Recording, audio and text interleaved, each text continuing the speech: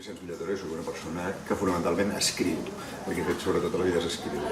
I això m'ha portat a dos oficis que tenen l'escriptura per al centre, que són la literatura, sobretot la novel·la, i el periodisme. Jo soc un lector de literatura de creació i soc un lector de novel·les i en part també un lector de poesia. Per tant, si hagués de triar un únic gènere, probablement triaria la novel·la. Els records d'infantesa són al revés que altres coses, més fotografies que pel·lícules, més imatges fixes que no pas en moviment. Doncs jo recordo una casa a Terrassa, al costat de la via, que quan passaven els trens havies d'aguantar la vaixella perquè no caigués. I recordo que hi feia fred. Però tot i així ho recordo tendrament i diríem amb carinyo.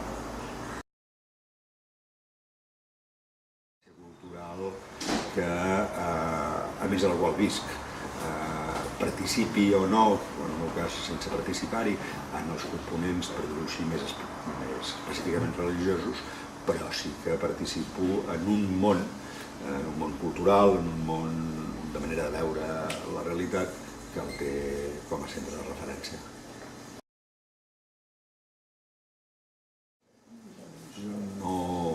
No crec tant en els fets com en els processos. Com potser els periodistes ens veiem obligats a titular sobre els fets, acabes creient més que els fets passen perquè hi ha processos. Si n'hagués d'escollir una cosa, em costaria, però la central avui és la superació de la crisi econòmica.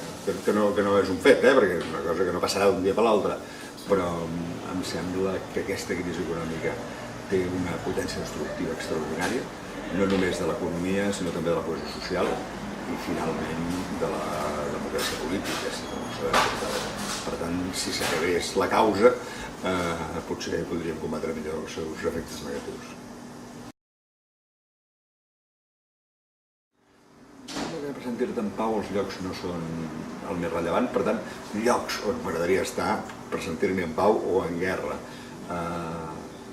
M'agraden els paisatges eixuts, m'agrada Mallorca, m'agrada la Terra Alta, al sud de Catalunya, m'agrada la Toscana i després m'agraden grans ciutats, m'agrada Nova York, m'agrada la major part de les ciutats italianes i la major part de les capitals del món. Ara, si tingués 3 mesos o un any o 2 anys per viure a Jerusalem, hi estaria.